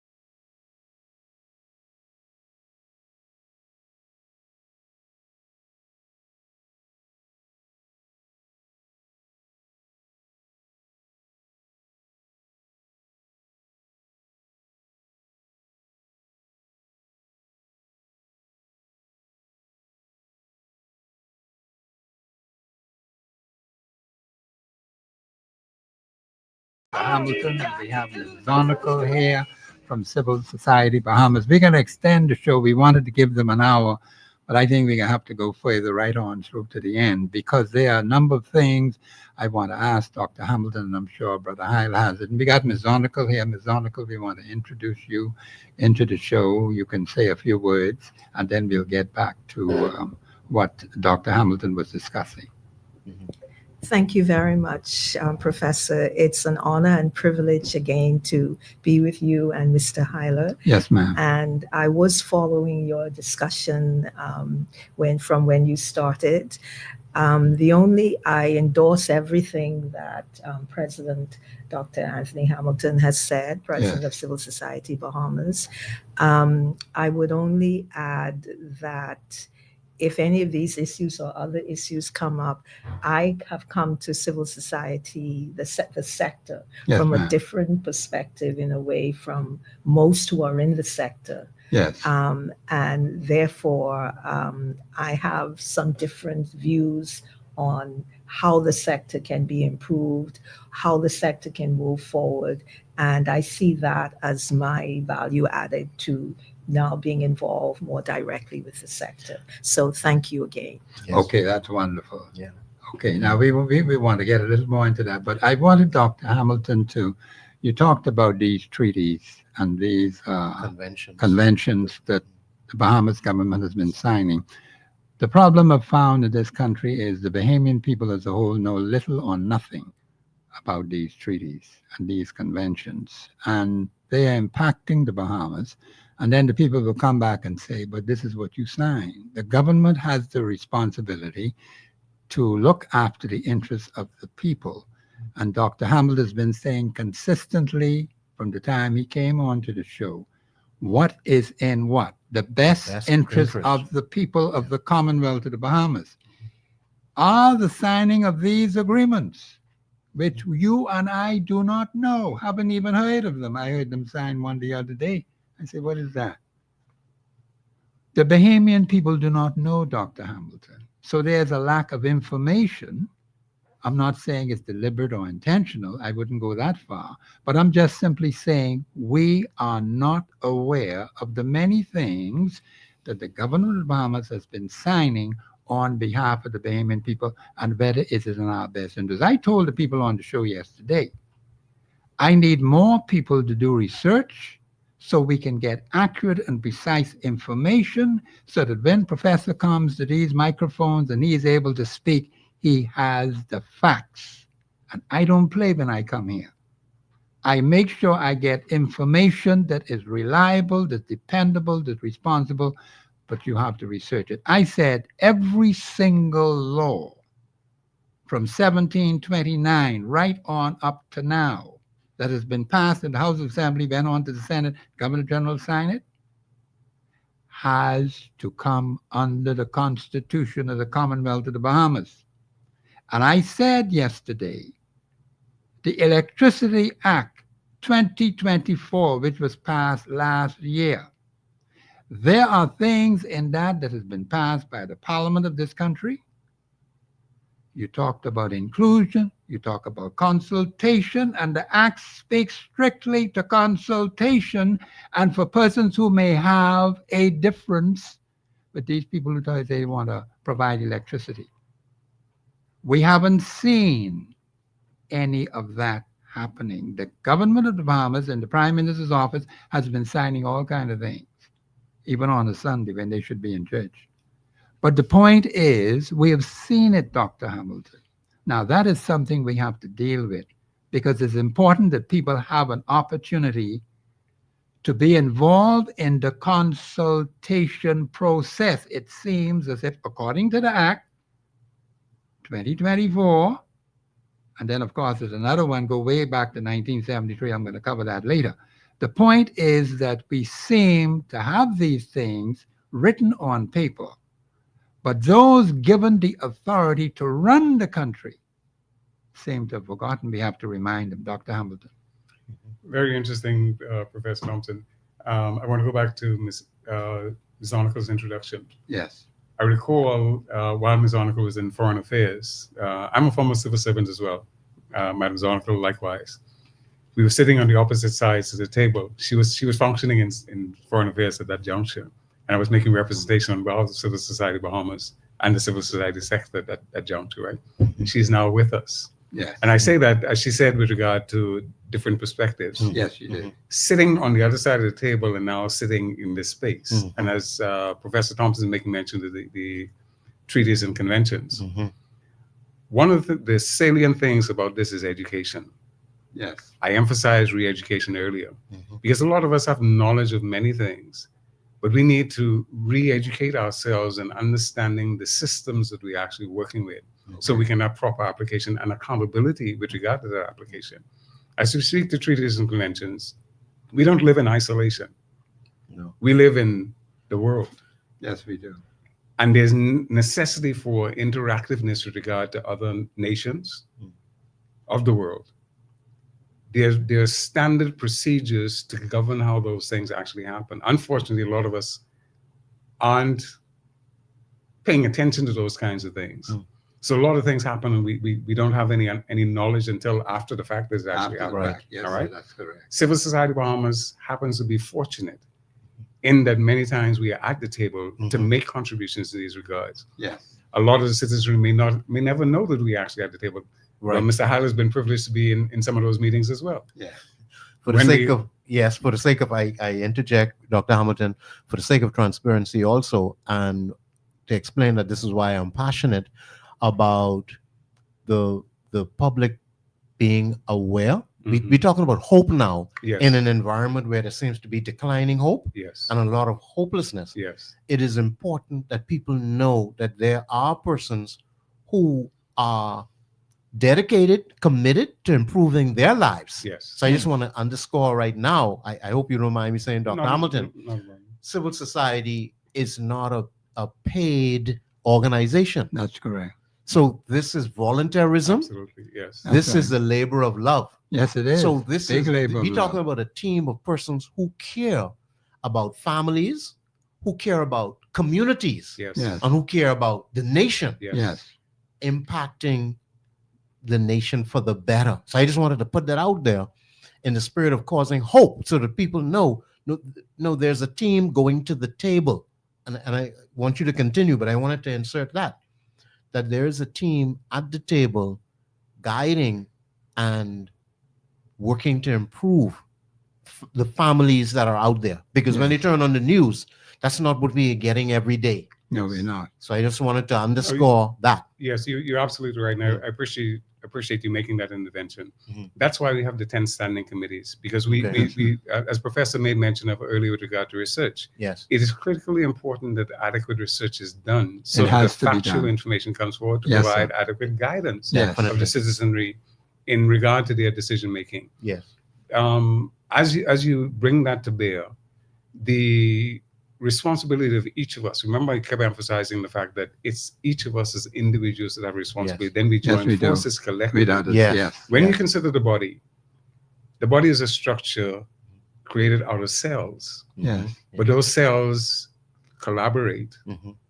for communication, for the effectiveness of your system. We have the Yeah. outer structure, we have the internal organs and the rest, but Yes, we if do. they fall out of sync, Mhm. we get problems. Right. Yeah, we do. Sicknesses and Serious diseases. problems. Right. Amen. Right. Right. It's akin to what we're experiencing as far as the nation is concerned. Yes, Whenever we have a pain, a hurt, Mhm. a disappointment, it's speaking to something. There's a why. Mm. Why did that happen? And we ought to investigate the why so that we understand the root of it, Yes, not sir. simply slapping a band-aid on it. Yes. But Okay. we understand it, and in order to understand it, it is interacting with people. Mhm. There's a timing for this. We mentioned the Great Commission earlier because the reality of it is, as we are sitting at the table right now, 3 men, 1 woman. Okay. All right? Mhm. This is important because we need everybody. Yes, we do. Everybody is necessary to make this contribution that's required Yes. with regard to the good governance of our nation Yes. and improving the quality of life for all of us. All right? We spoke to the fact that we are very fortunate. In some respects, it's a disadvantage in that we are a collegiate nation. Yes. Mm. It is not only New Providence. Right. We have That's right. Abaco, we have Yes. Andros, we have Exomo, we have Yes. Ragged Island, we have Yes. Inalgo, we have Yes. Yes. Grand Bahama. Yes, we do. And when you think about this from a financial perspective, it's an awesome responsibility. Yes, it Definitely. is. Definitely. Imagine the health system the clinics that are necessary in the respective islands. Yes. Hospitals Definitely. necessary in the Yes, respective they are. islands. Yes, Definitely. that's correct. All right. Yeah. Schools necessary in respective islands. Right. All right. Hurricane shelters necessary in Yes. respective islands. Yes, sir. All right. Mhm. These are things that are very critical for our well-being, generally speaking, as citizens of the Commonwealth of Bahamas, Okay. which needs leadership, which needs management, which Yes. needs good delegation of the resources Yeah. in order for us to be effective and accountable. Okay. That's why I made reference earlier to an agreed national development plan. Development plan. Yes, Because you we did. need a reference base that everybody can pay attention, understanding, okay, we're heading north. Yes. So every citizen of the Commonwealth of the Bahamas must have an appreciation for we're heading north. What is Exactly. necessary Yes. for us to successfully arrive in the northern direction Yes, that we're sir. actually going? Right. That's All right. correct. Figuratively speaking, Mhm. the reality is all kinds of resources are necessary for that to happen. Exactly. Sacrifices Yes, are necessary for that sacrifices. to happen. Yeah. But there's an understanding paramount in the midst of this that we must have an appreciation for so that we can rally and make the requisite contributions as individuals in order for that to happen. Not only knowing that we go in that direction, but there's some timelines Yes, Right. they that are are. necessary for those Right. accomplishments. Yes. And at the same token, we need to evaluate consistently how we are doing with it. Are we achieving? Are we not achieving? Why is it that we're not achieving? What is necessary to correct Right. why we're not Why we're achieving? not So achieving. let's circle back, Dr. Yes. Hamilton, to enhance the value of what you just said. How important is an agreed upon national development plan? That we have one plan, irregardless of the political divide. How important is it that we have a plan that the nation is headed in a certain direction? It is most critical. Think about budgeting. Yes. Many of us don't budget, Mm. but those who budget find themselves in a better position in order to pivot. Yes. Okay. All right. So what are we speaking about? A plan. Okay. When we speak of a budget, it's a blueprint to manage your finances. Yes. The nation needs a blueprint to manage the nation. Yes. All right. We spoke about families and in light of how we have single parenting and the rest of it, the challenges that exist in the families. We need a plan for those kinds of things. We're speaking about straight across the board. The church has its role to play. The NGOs have their role to play. Families have their role to play. All of us have a responsibility. That's why we said we need to be engaged. Yes, We sir. need to engage and make the requisite contribution that you're able to make. And the environment and atmosphere ought to be conducive to encourage that to happen. Yes. Yes, That's sir. what we seek to do in the civil society sector. Okay. When we call for these kinds of meetings, as we're dealing Yeah. with on Friday, Mhm. we are providing information, we're helping to provide understanding, and we're helping to position individuals to go out and make proper decisions as a result of that information that's been provided to them Yes. and improve, generally speaking, straight across the board as far as the nation. There's a lot of work to be done. Yes, But there we is. must be consistent about making those kinds of contributions so we can experience the requisite improvement in So the the process. meeting is a public meeting. It is, thank you. It is a public meeting. It's not a private. Only, no, it's civil not only society. for members of Civil Society Bahamas or any NGO. Okay. It's for the entire country. As a matter of fact, I'm glad you said that because the umbrella of Civil Society Bahamas as the apex body for NGOs in the country, Yes. every citizen has an opportunity to be a part of it. Remember, we said the membership Yeah. is not only for the organizations, it's for Yes. individuals, and Individuals students. and students. Right. We Yes. have a relationship with the Kefren International Academy. Okay. Yes. As a pilot program, we'll be formulating documentation right now to disperse with regard to all the public schools. Okay. But that's a pilot situation that we're in sync with them. They're the first junior civil society organization that we're Okay. actually dealing with. All right. Good, okay. And what we're doing, a lot of what we said today is what's being part of them, teaching them these kinds of things that they be better quality citizens Exactly. in the process, that their expectations Right. are elevated. Elevated. Okay. Right. And not only we're elevating their expectations, but we're helping them to understand how they may contribute in that regard. Mhm. Just a few weeks ago, a former student of that institution who was a part of civil society grouping stopped me and Okay. reminded me of the benefit that she Very good. that was That's derived on her wonderful. part Yes. from Very it, good. Yes. that she Very was good. imparting in her family. Very Yes. good. And she's now asking, can I still be involved? Well, of course, naturally, there's a graduation. Okay. Yes. She can still work with that particular Yes. team at a alma mater. Okay. Right. But likewise, she can become a part of the larger groupings Yes. and Right. make a contribution. Make a in this So contribution. regard. I'm Yes. seeing something extremely, everything that we're discussing is important. Dr. Hamilton, when we think of leadership, let's look at how young people think of, okay, family leadership starts there, Yes. but leadership in education, because that's the sphere that they find themselves in coming Mhm, up. mhm. So they think of educational leadership. They think of business Yes, leadership, yes. establishing a business. Yes, They think of church leadership. yes, They think of political leadership. yes. They don't necessarily think of leadership within a particular sector of society, like the environment, like civil society. I dare say that in a position to insert yourselves as civil society, here's a very important area of leadership that you can develop yourself and develop your nation. Yes. You know, as you say that, the most critical thing there is engagement. Mm. And I'm reflecting on my own life. My father and mother was very instrumental in engaging us. Okay. As I reflect, I realized my father was teaching me some things I really didn't have a true appreciation for, but I'm recognizing the value because he planted the seeds. He built a foundation Okay. that I'm able to pivot Amen. today as Okay. a result of his contribution. Okay. He didn't go to university, he didn't go to college, Okay. Yes. but he had a lot of wisdom Okay. and he imparted it. He taught me finance. Okay. I went on to Alright. do studies to perfect Okay. the financial arena, Mm-hmm. but my father actually taught me finance in a very basic way That's powerful. Yeah. and allowed me to be in a position to grow and develop as a Awesome. result of that and to embrace helping other people as a result of it. That's awesome. All right. So it's back to the family. Uh-huh. I want Madam Zonical Yeah. to get involved with this. Okay. Yes. On Friday, Madam Zonical will be making representation of her dad, Okay. the late Bishop Joseph John Nicol, Okay. who was very instrumental in the labor movement as an unsung hero. Okay. All right. I'm speaking again. Remember, we spoke about sharing information. Mhm. Yes, we do. There's some quality information in our society that we ought to bring to the fore that we've been negligent in doing it. Okay. All right. Okay. And we need to bring them forward, whether it be in Acklands, Okay. whether it be in McCormick, Yeah. whether it be in Abaco, Exoma, whatever the case is, Okay. we need to give opportunity for those things to be brought to the fore. Okay. Yes. When we think about civil society, and we've been doing some work Mhm. where we went back to things like the barrel societies, Okay. the cooperatives. All right. My Yeah. dad was a member of those. Yeah. Okay. Well, Yeah. society. These are things as a little boy, my father and mother Mm. brought to my attention. Mm. All right.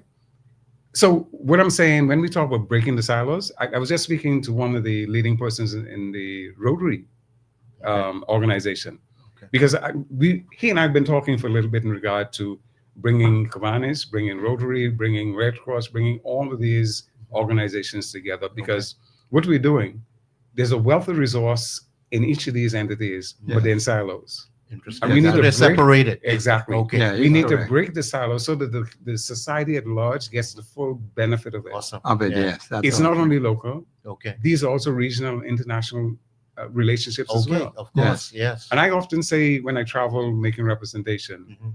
as a Bahamian, I am proud to be a Bahamian. I am Yes, sir. proud to be a Bahamian. And wherever I Okay. go, I want to make that kind of representation. Okay. Yes. And the Excellent. reason I say that is because when we go abroad and we share, Mhm.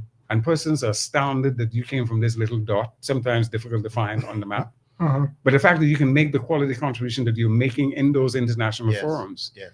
One of the things that saddens me is that at home, we don't maximize it. Okay. No, We don't That's share it correct. sufficiently Okay. Yes. Okay. in our home Yes, space. that is And correct. one of the things we need to be reminded of, the Bahamas is very unique. I don't miss a beat with recognizing Okay. that we're very unique. That is Yeah. to say, we don't import everything. Mm. We must recognize that this is a unique environment and Mhm. we need to taper whatever we're bringing into this environment Mhm. in Yes. the best interest of the citizens of this Okay. country. That's correct. Understood. Yes. And agreed. Adam Zonka? Yes. Mhm. Thank you very much. All three of you have said so many profound and important points, and I want to address each one of them. But before I do, since President Hamilton gave me the opportunity to reference my late father, Yes, ma'am. Joseph Alexander Zonical, Okay. I will just say two things in this regard. One, as Dr. Hamilton said, I will attempt to make a presentation that addresses his involvement in the national labor movement of our nation. And in so doing, I'm going to make two bold statements. One, it is conceivable that Sir Randall Fox would not have had the impact to the degree that he did have in our nation, and you know he's pivotal for the destiny of our nation without a Joseph Alexander Zonical. Yes, The ma'am. second bold statement I will make is that every Bahamian who draws a salary owes a debt of gratitude to Joseph Alexander Zonical. If you Well, it has want to be told. It has to be told. if you want to know why I am so bold in making those statements, then come out on Friday, Excellent. the 20th of Yes. June, for me to substantiate them. Right. Now Okay. tell them exactly the time and the place, Yeah. the location. It will be at the BCPOU Hall on Farrington Franklin Road, Road, and okay. it will be from 6 p.m. in the evening to 8 p.m. in the Okay. evening. Okay. Yes, and it Okay. will be both virtual and in person. Yes, ma'am. So Excellent. if you have some challenges to get there physically, the link will be circulated. And I presume we can put it someplace more, like even on your website. Right. Yes, ma'am. It is being circulated. The Okay. Zoom link has already been being circulated. Okay. Okay. The other thing I would say with respect to my father more generally, and it relates to the other panelists and the objective of this forum on Friday. Yes, ma'am. As Dr. Hamilton said, it's a public education and awareness and town hall forum. Yes, So ma'am. it's open to the entire nation, virtually or in person. Yes. And the presenters will be sharing information that will remind our nation, I would say, of two fundamental things. One, that we have role models for every problem and challenge that has beset our nation, no matter how seemingly intractable. You have Bahamians who did not even have half of the advantages that we have today, Yes, ma'am. that overcame challenges. And Okay. this will come through the presentations. Yes, ma'am. And secondly, equally importantly, and here I will address an important point that Mr. Hyler raised about hope. Yes. The forum, as Dr. Hamilton said, it's an educational forum, but it's also a forum where you have the ability to not just listen to substantive information and also learn from heroes sung and unsung Yes, of ma'am. our nation, but you have the opportunity to interact, and as you hear them speak, give your views from your experience, from your knowledge as to how do we move forward. You Amen. had a discussion about silos. Well, here's your opportunity, irrespective of the silos. You as an individual, even as a young person, a Mhm. child, Yes. if you have an idea or a solution, you can put it to the panel. And the panel, there will be a discussion where suggestions, recommendations can come forward. And as we listen to each other, we pool those ideas and see how we can move forward in the interest of our country, in the betterment of our country, Yes, ma'am.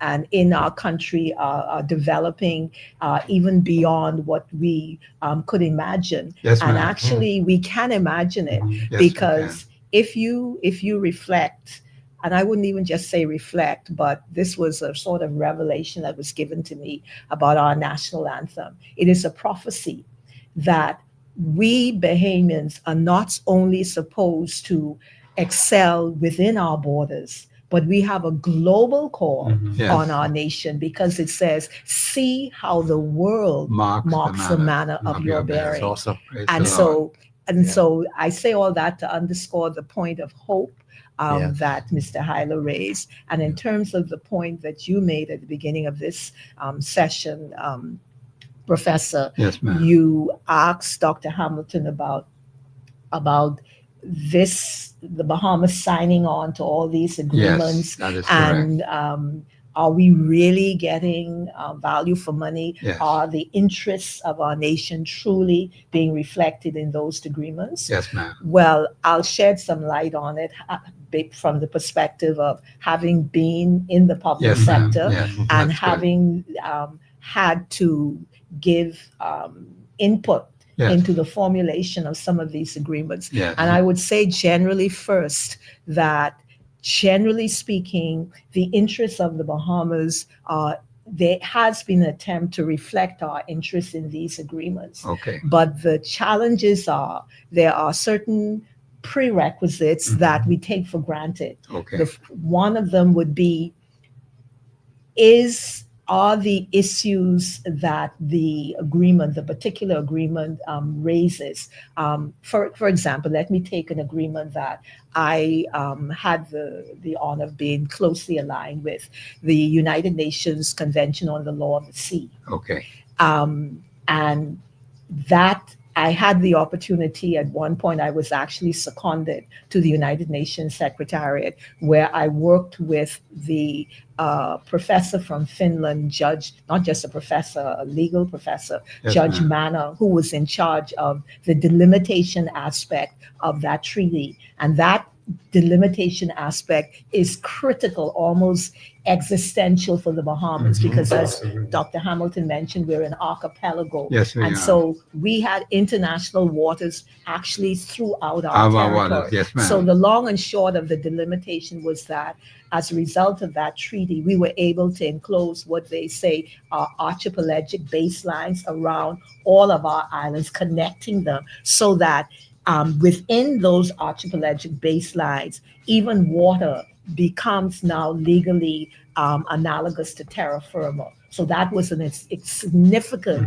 Yes. security and potential economic impact for That's us. good. Why? Awesome. Because those high seas that are now enclosed within archipelagic waters, they say some of the most valuable minerals and whatnot Oh, are on the yes. seabed. Praise So the Lord. that is Yeah. something we Yes. can look at for the future. Awesome. But coming back to the point about international agreements, as I said, generally speaking, the interests of the Bahamas are on the table, but are our leaders truly focusing on what those interests are, not thinking only for today, but for the tomorrow. future. Yeah. And allied to that, are the leaders recruiting the kinds of technocrats that not only have the knowledge, but have the heart and the foresight and the vision, the equal vision to look not only for today, but for the future. Yeah. Awesome. Now, Ms. Donegan, I have to stop you right there because I'm so excited about what you're saying. My producer is being very patient with me. I hear everything what he's telling me through these Man, microphones. what a powerhouse team in civil This is- society. yes, it's very good. I am so delighted Yeah. that you're doing these things. This is Professor Sidney McGarta, Walter Thompson. We can open up the lines for the public to call in 3260271, 3260272, 8130271. Bahamians, I always say when I come to sit in this chair, you never know what may happen when you come to Global Radio 99.5 FM. But this is an interesting discussion. This is Professor Sidney McGarta, Walter Thompson on the Global Radio Network. We have Dr. Hamilton. We have Ms. Zonical from the Civil Society Bahamas. Very interesting topic. Ms. Zonical, you got to tell me some more because this is interesting. This is Professor Sidney McGarta, Walter Thompson on the Global Radio Network 99.5 FM. We'll be back after the break.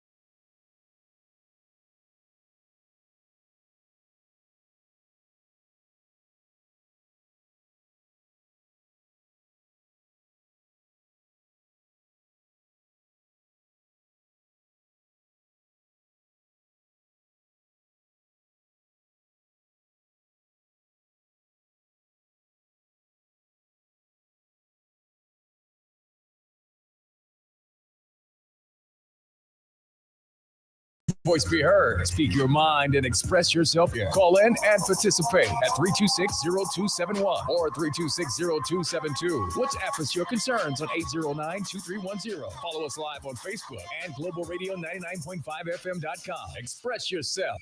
This is Professor Sidney Walter Thompson on the Global Radio Network, and I want to say for those who had asked me about the court situation, I had a very pleasant experience today at the court, and some things you have to search for, you have to fight for, and I must say the staff was very pleasant to me. They were very cooperative, and I hope that would be throughout all the government agencies. The men were there. They were men. I was so delighted to see that we had men on the team helping and assisting people who need information. They handled us very well today.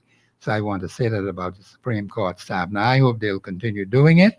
And I was able to get some information that I wanted in my hand. Because I told them, I said, listen, when I go on air, I want to be able to tell the people information that can be helpful to them. Right. And I have some information. I'll be able to cover that at another time. But the point is, we have Civil Society Bahamas today. And of course, we have Ms. Zonical, who was talking about these treaties. And she had some very interesting things that she was saying. Ms. Zonical, we can let you continue. Thank you very much again, Professor Thompson.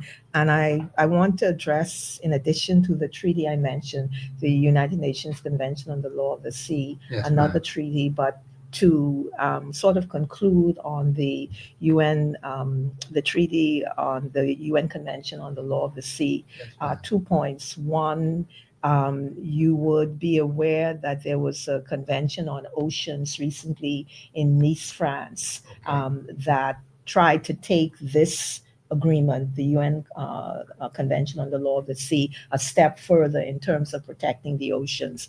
But Dr. Hamilton reminded me of a very important point in the context of the Bahamas being an actor, a sovereign nation in international relations from the marine perspective. Yes, as you know, as was pointed out in the first session of this interview, we are an archipelago. We are beset not only with social ills, but with security challenges because of poachers, because of illegal smuggling. I mean, every international crime that you can think of, we are at the mercy of it, despite the archipelagic baselines.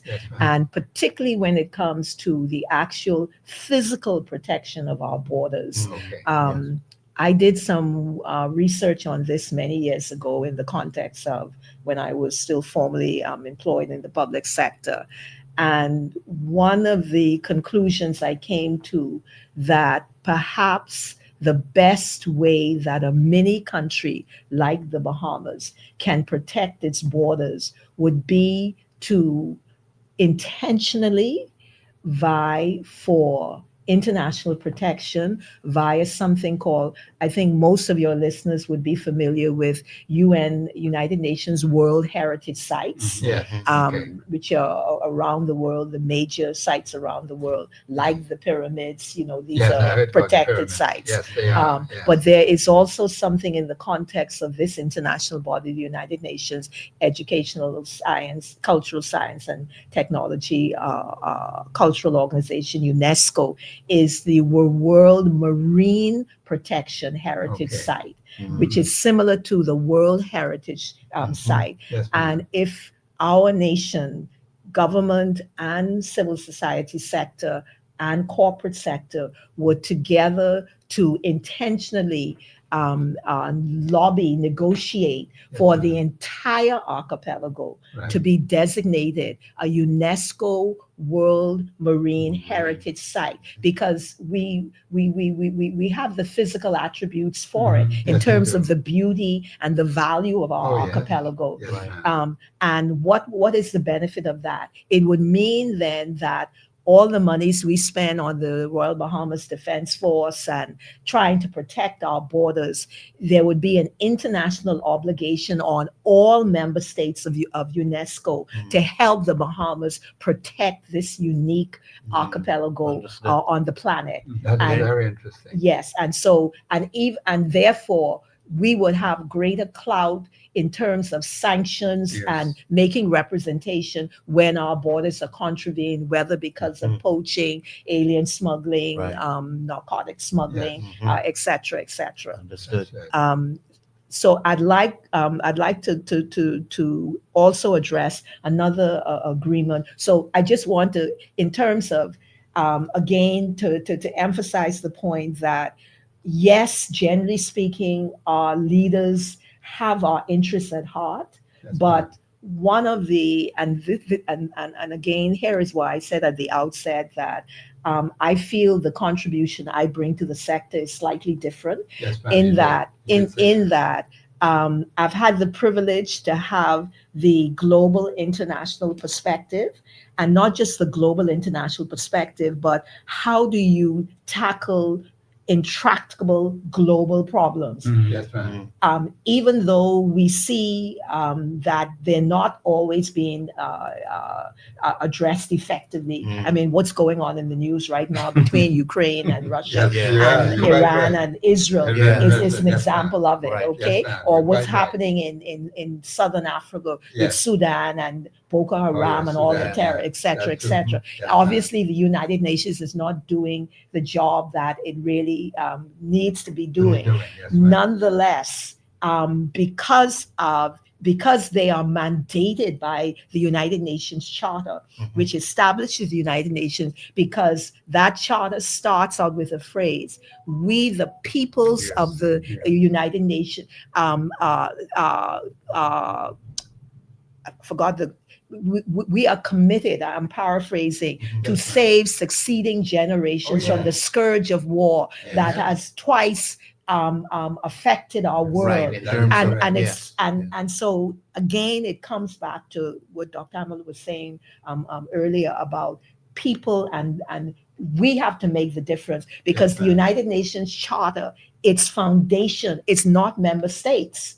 Even Yes, though ma'am. it's member states that is doing all Acting. the talking and the Yes. acting, Yes. it's we the peoples, Okay. the Yes. people. All right. And Yes, so so the point I want to make, though, in terms of the value added that I try to bring to the sector, is that because the charter mandates that you deal with international problems, whether they be economic, social, political, security, etc. Yes, Right. ma'am.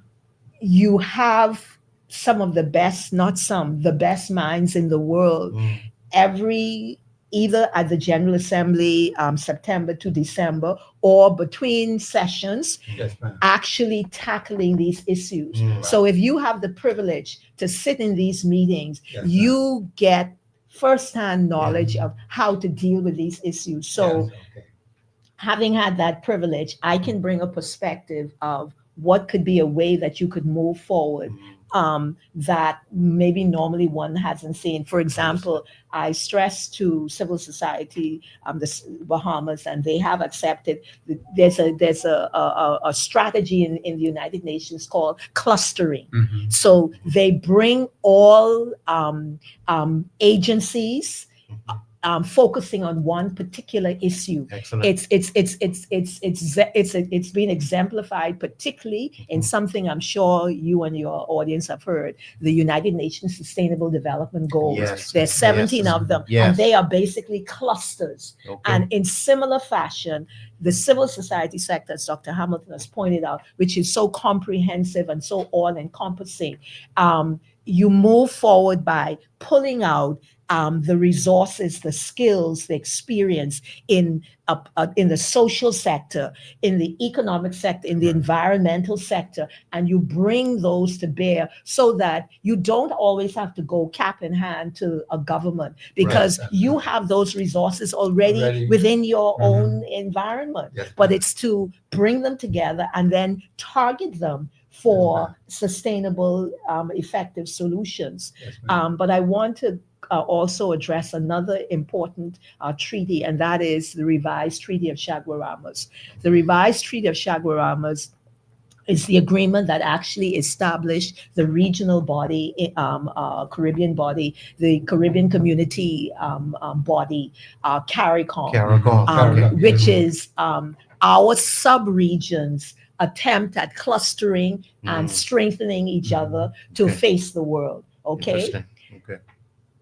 That in 1992, I think it was, there was a groundswell of the grassroots, people in the Caribbean region being very displeased, uncomfortable with the delivery of their government. Something like what's happening now, That is correct. that Okay.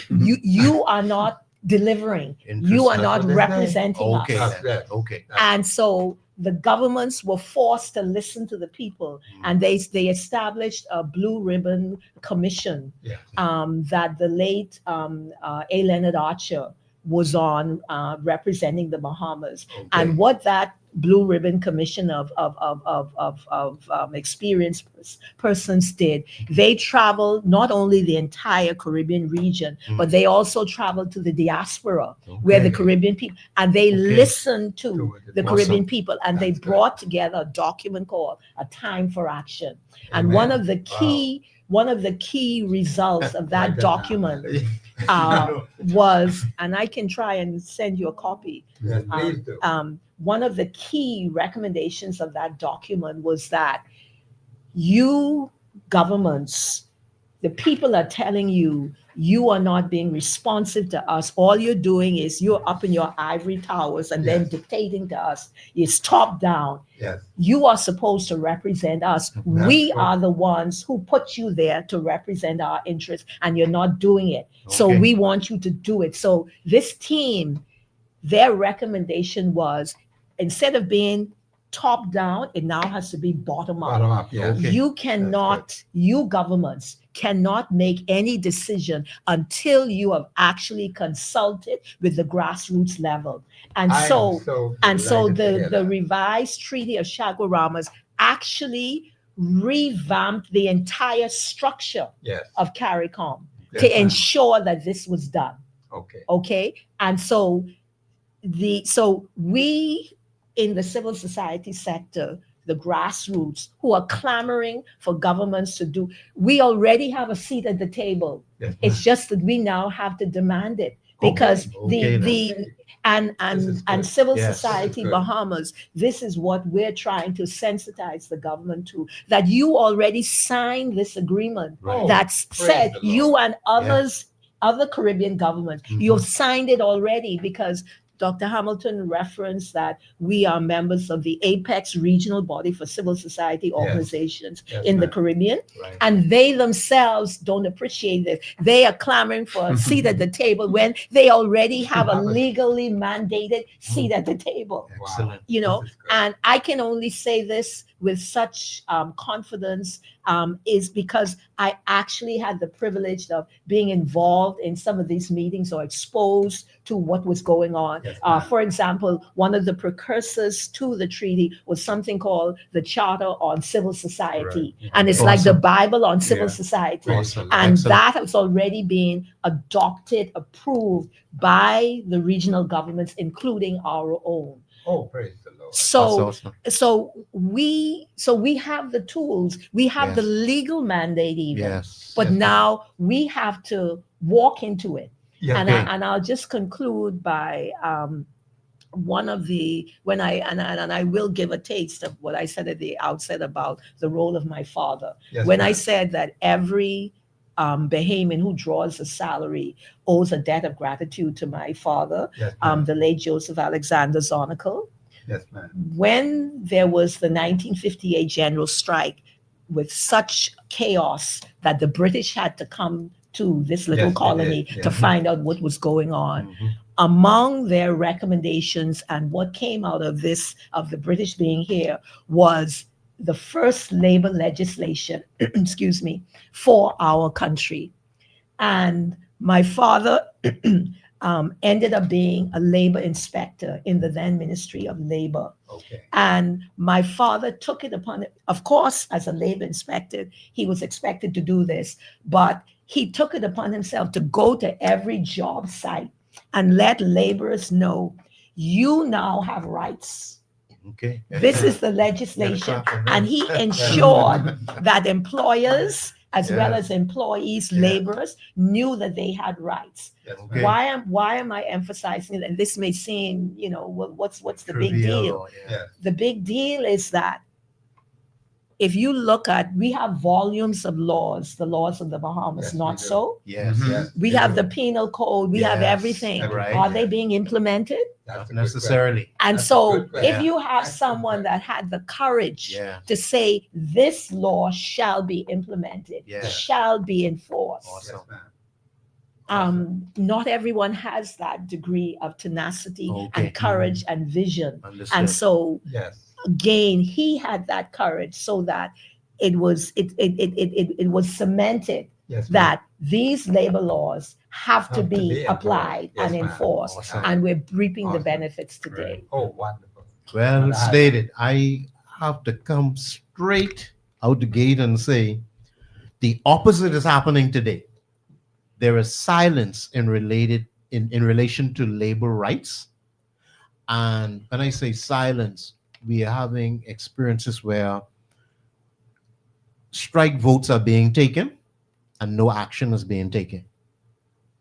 Major unions, I don't want to dwell on that part of it, but what I'm saying is what you described, and I have to say, Madam Zonical, that your dad would definitely be proud because you are speaking in the spirit of Mr. Joseph Zonical yourself. Yeah. Then I mean, very passionate, very strong. And when you speak of those having the tenacity to say that, Yeah. the penal code is there, laws are there. Laws are These there. laws are going to be Enforced. followed. They're going to Yeah. be enforced. That's right. To go, Madam Zonical, the only reason I'm coming from the opposite sphere is to give an appreciation for you stated what he did, the work that was started. Yes. So I decided to come and I will add to it Yes. in Great Stirrup Key, in Norman's Key. Yes. We're having reports of the opposite, Madam Zonical, Mm. that persons are saying my rights are not being upheld. Yes. This is the report that is coming back. And we are not having follow-up. And We- we're not having people who are standing We're up standing up Ah, for them. That's very good. You see, we don't have the persons that are standing up for them. Yes. Bahamians are living in tents, working for a luxury resort and saying we don't have medical care. Yes. This is happening. And there's no follow-up. So what I'm saying is there's an appreciation for what you stated, for what Sir Randall Fox on the one side Oh, and your yes. dad, Joseph Zonical, Zonical. would have initiated to say, we are standing up for your rights. You Yeah. have rights. So I'm just emphasizing that. It is exciting to hear. Oh, yes. very And good. I wouldn't be excited if I didn't believe that action is going to follow. Oh, yeah. No problem. She said we do not have Yes. people with the tenacity. The tenacity But I can be and one the of them. follow-up. No, I can be one of them. You heard the name of that committee? It was a Blue Ribbon Committee. Blue Ribbon for those Committee, that are just yes. tuning Time in. for She said action. that, yes. The name of it is A Time for Action. Not Caribbean just wide. talk. Caribbean Not just wide, talk. Not just talk. You all hear it out there? Caribbean wide. Caribbean wide, many nations have come together, representatives have come together and said, you know what? Our leaders are not representing us to the fullness of their ability. Their ability, Their, yes. our rights are not fully being realized. Yes. So there's a movement. So Ms. Zonical, in a capacity as Vice President of Civil Mhm. Society, and Dr. Hamilton as President of Civil Society, has put forward that not only what is happening Caribbean-wide, but they themselves are holding a meeting this coming Friday. Right. And I feel the spirit of labor rising once again. Yeah. And civil society is right there to fan the flames of labor Yes. and to help us to realize that there is hope, there is action. Yes. People want to know that their rights are being upheld. Yes. So we're excited to hear these reports. Let me say also, was there anything else, Madam Zonical, that you're hoping develop out of the meeting on this coming Friday at the BCPOU Hall, what are you hoping would come out of that meeting? Well, let me answer by prefacing I am now a retiree, and as a retiree, and having had the privilege of the career that I did have, I am very, very sensitive to time and results, especially results that address root causes. Okay. Because even the Holy Scriptures say there's nothing new under the sun. So there's nothing new under the sun. Why are we repeating all the ills and problems? Understood. Why do they persist? Why do they persist? Yeah. So what I am hoping that comes out is that it will not just be a talking shop, because we Bahamians, that's our culture. We are oral culture. That is the problem. It will not just be a talking shop, but even if you can't get there physically, that you will log on and you will submit in the chat your recommendations, your ideas. And I promise you, Dr. Hamilton, I and our board and the team will make sure that your recommendations are filtered into proposals. And as Dr. Hamilton said during the first session, Civil Society Bahamas has the honor and privilege of being able to have audiences from the Governor General through the Prime Minister on down to substantive ministries. And so we will be representing these proposals. And one of the things that we have already put on the government's table is that the government already recognizes that it cannot function as effectively without the civil society sector. Excellent. There are ministries such as the Ministry of Social Services that could not run without that support. But it needs to be refined. But the point I want to make is joint projects, that we look at it from a joint perspective. But again, we have to be sensitive to prerequisites and understanding what are the challenges at the root cause level. For example, as I said earlier, are we really putting the right people in the right place? I'm glad you said that. You hit the nail right on the head. Understood. Now, my producer being very patient with me. But Donegal, you have so much to say. I can listen to this all day. Dr. Hamilton, let me get your last With the contacts also. Yeah, the contact. And about the meeting on Friday. Yes, the location for the meeting on Friday is as mentioned earlier, the BCPOU Hall on Farrington Road. Starting time is at 6 p.m.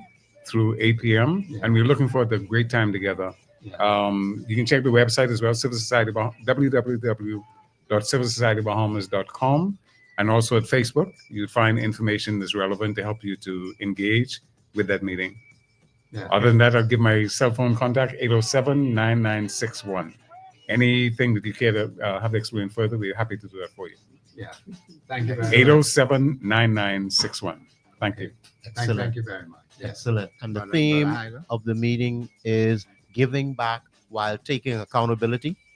Giving back while taking responsibility. Operational theme. Okay. But we're looking at the past, the current, and the future with regard to civil society. Okay. Well, that's the wrap up. We were talking about civil society today. Yeah, the music has been playing a little bit long, so I got to get off the air. This is Professor Sidney McGarta, Walter Thompson. We were pleased to have Dr. Hamilton and Ms. Donegal from Civil Society Bahamas. They're having this wonderful meeting on Friday. I'll be announcing it on the other shows as I come on right up to Friday. And we want you as Bahamians to please come out in full force. The BCPOU Hall on Farrington Road, 6 p.m. to 8 p.m. this coming Friday. Do not forget, I'm going to be there myself personally at the meeting. This is Professor Sidney McGarta, Walter Thompson. Ms. Donegal, you really stirred me up today about these treaties. My God. This is Professor Sidney McGarta, Walter Thompson on the Global Radio Network, 99.5 FM, Have a pleasant afternoon.